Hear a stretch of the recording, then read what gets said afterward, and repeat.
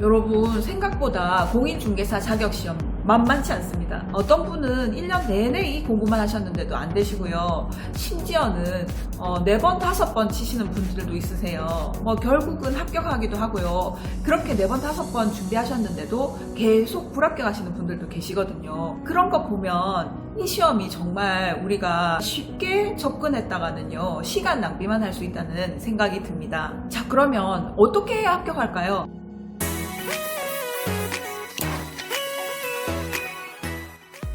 여러분 안녕하세요. 카페인카TV의 카페인입니다. 여러분, 오늘은 제가 32회 공인중개사 시험을 준비해 보시려고 하시는 분들을 위해서 영상을 준비를 해봤는데요. 먼저 이 시험은 어떤 시험인지, 어떤 과목을 공부하는지, 공인중개사 자격시험에 나오는 문제들은 어떤 내용으로 구성되어 있는지 궁금해하시는 분들이 많으실 텐데요.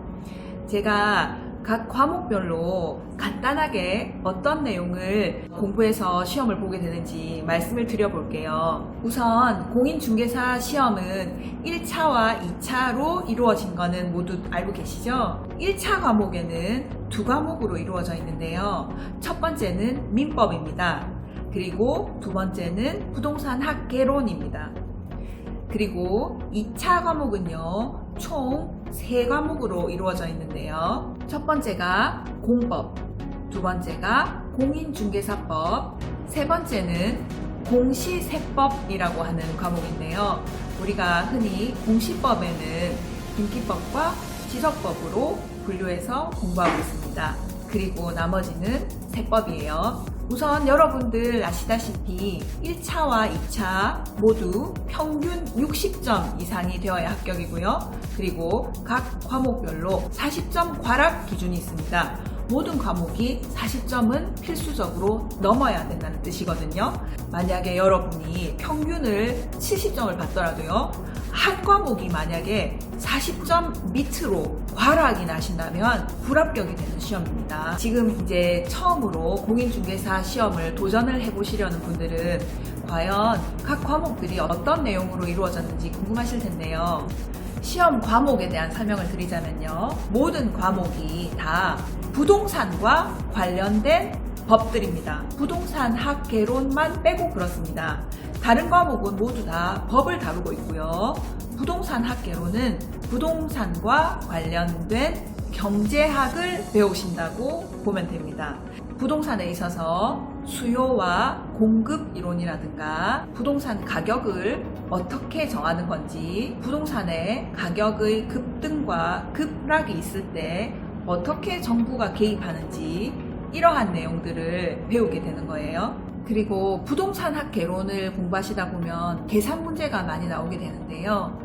이 계산 문제도 보통 시험에서 10문제 이상 다루어지기 때문에 가장 간단하게 풀 수 있는, 쉽게 풀 수 있는 계산 문제 정도는 자신감 있게 풀 수 있게 준비를 하셔야 됩니다. 그리고 민법은 이것 역시 부동산과 관련된 민법을 다루게 됩니다. 민법은 부동산에 관한 권리 관계를 따지는 문제들이 많은데요. 2차 과목에 공시법 있잖아요. 공시법 중에서 등기 부분, 등기법 부분과 연관을 가지고 있기 때문에 민법을 공부를 잘 해두시면요, 2차 과목 공부하실 때 굉장히 유리하십니다. 그리고 2차 과목 중에 공인중개사법. 공인중개사법은요, 여러분 공인중개사가 되고 나서 직접 공인중개사무소를 운영하실 때 꼭 알아야 될 것들을 배우시게 되고요. 그 다음에 공법. 공법은 1차에서는 민법이 정말 어렵잖아요. 그런데 2차에서는요, 공법이 제일 어렵고 시간이 많이 걸려요. 부동산과 관련된 여러 가지 절차법, 그리고 허가사항, 신고사항, 이런 것들을 주택법, 건축법, 농지법, 그리고 도시정비법, 그리고 도시개발법, 이런 것들을 통해서 각각의 케이스에 맞춰서 학습하는 거기 때문에 정말 방대하게 공부해야 할 내용이 많은 과목이 공법입니다. 그 다음으로 공시세법인데요. 공시는 등기법과 지적법이 있고요. 그 다음에 나머지가 세법입니다. 공시에서 등기법의 경우에는 아까 말씀드렸다시피 민법과 연관성이 있습니다. 예를 들어서 우리가 등기부 열람하실 때 소유권 관계 그리고 권리 관계를 잘 분석할 수 있는 방법을 배우시게 됩니다. 지적법의 경우에도 예를 들어서 여러분들이 토지 대장을 보실 때 어떤 식으로 봐야 하고 각 내용이 과연 무엇을 표시하고 있는지 세부적으로 배우실 수 있고요. 토지를 거래하는데 실질적으로 도움이 될 수 있는 그런 내용들을 학습하시게 됩니다. 다음으로 세법인데요. 세법에는 여러분들이 알고 있는 세법, 집을 한번 사고 팔고를 해보신 분들은 아마 집 살 때 취득세 내고요. 집 팔 때 양도소득세라는 걸 내지 않습니까? 그리고 집을 가지고 계시는 동안에는 재산세라는 걸 내시지 않아요? 그래서 이러한 세금 관련된 내용을 세밀하게 학습하시는 과목이에요. 저는 28회 공인중개사 시험에 합격했고요. 2년에 걸쳐서 1차와 2차를 각각 준비를 했습니다. 처음에는 어떻게 시험에 접근해야 될지 몰라가지고요. 1차, 2차를 동시에 시작했습니다. 동차 준비를 한 거죠. 그런데 저는 직장인이었습니다. 아침에 출근하기 전에 2시간을 인강을 듣고요. 점심시간에는 아침에 다 못 들었던 인강을 마저 듣고요. 퇴근해서는요, 그날 들었던 인강 내용을 기본서로 복습을 했습니다. 그리고요, 월, 화, 수, 목, 금 인강을 정말 하루도 미뤄지는 거 없이 다 듣고요. 그 다음에 토요일에는 각 과목별로 기본서에 나와 있는 기출문제라든지 OX 문제들을요 차분히 풀고요. 일요일에는요 전 과목의 기본서를요 쌓아놓고요. 나간 진도만큼 일주일 학습한 양을 총 복습을 했습니다. 그런데도요, 그렇게 했는데도 불구하고 제가 첫해 시험에서 동차 합격을 못했어요. 2차 점수가 57.5였어요. 진짜 너무너무 아깝게 불합격한 케이스죠. 그래서 제가 가만히 생각을 해보니까 왜 합격이 안 됐을까? 답이 있었습니다. 저는 1년 동안 동차 준비하면서 모의고사 있잖아요. 그거를 단 한 번도 안 쳤어요. 그러니까 본 시험에 가서 시험 쳐본 것이 첫 번째 모의고사나 다름없었던 거예요. 그러니까 어떻겠어요. 뭐 OMR 카드 마킹하는 거라든가 그리고 시험 문제 이렇게 시간 배분하는 거 그리고 바깥에서 들려오는 소음 전혀 적응이 안 되는 거겠죠. 그날 시험장에서 같이 시험 치시는 어떤 어르신께서 자꾸 시험지를 이렇게 넘기시면서 이 시험 문제 누가 냈냐고 자꾸 막 이렇게 말씀을 막 자꾸 하셔가지고요. 왜 이렇게 어려워? 왜 이렇게 어려운 거야? 이렇게 자꾸 말씀하셔가지고 사실 우리 시험장에 있었던 모든 분들이 굉장히 많이 당혹스러웠거든요. 그런데 만약에 제가 평소에 모의고사를 연습을 좀 했더라면 57.5로 떨어지진 않았을 텐데 60점으로 합격할 수 있지 않았을까요? 여러분 생각보다 공인중개사 자격시험 만만치 않습니다. 어떤 분은 1년 내내 이 공부만 하셨는데도 안 되시고요. 심지어는 4번, 5번 치시는 분들도 있으세요. 결국은 합격하기도 하고요.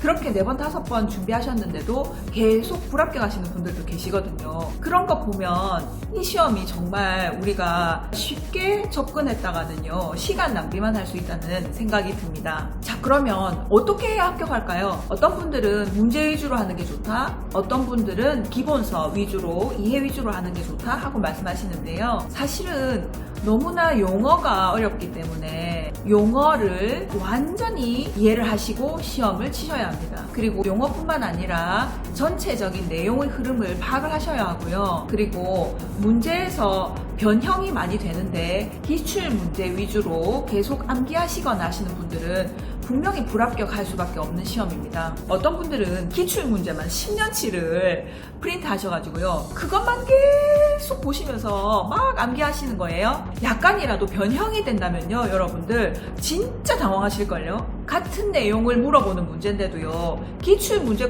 그대로 그 형식대로 나오지 않으면요, 같은 문제인 줄을 전혀 캐치를 못 하신다니까요. 그래서 기출문제만 공부하시면요, 완전 100% 떨어집니다. 그러면 어떻게 해야 할까요? 문제는 기출문제 위주로 하실 분들은 있잖아요, 기본서를 보셔야 됩니다. 기본서에서 중요한 내용을 완전히 다 파악을 하시고 완전히 머릿속에서 이해를 100% 하신 다음에 기출문제를 다시 보셔야 합니다. 그리고 기출문제만 풀면요, 안 돼요.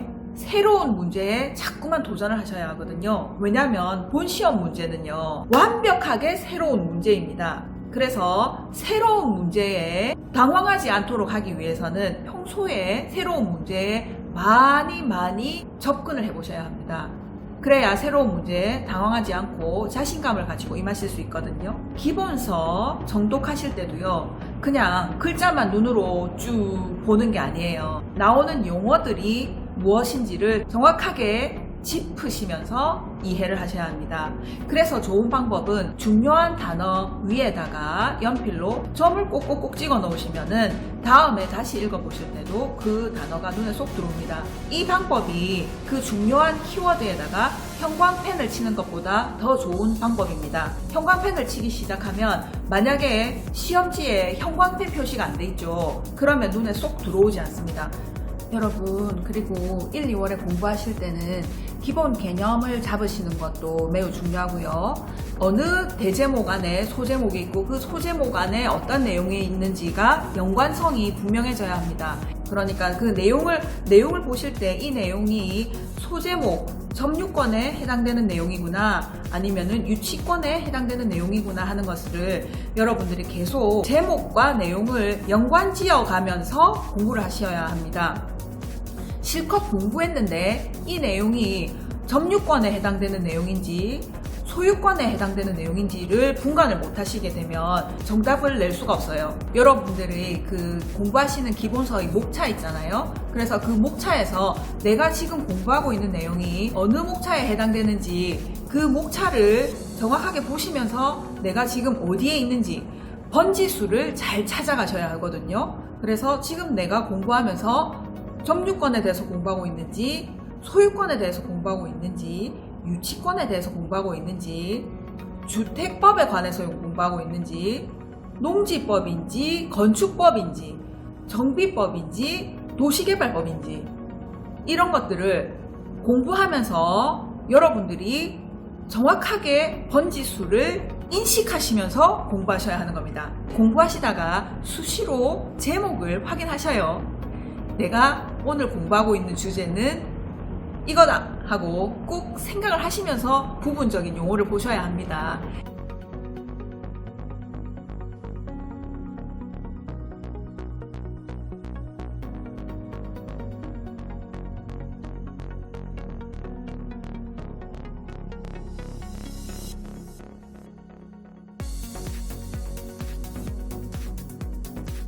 제 영상이 도움이 되셨다면 구독과 좋아요 부탁드려요.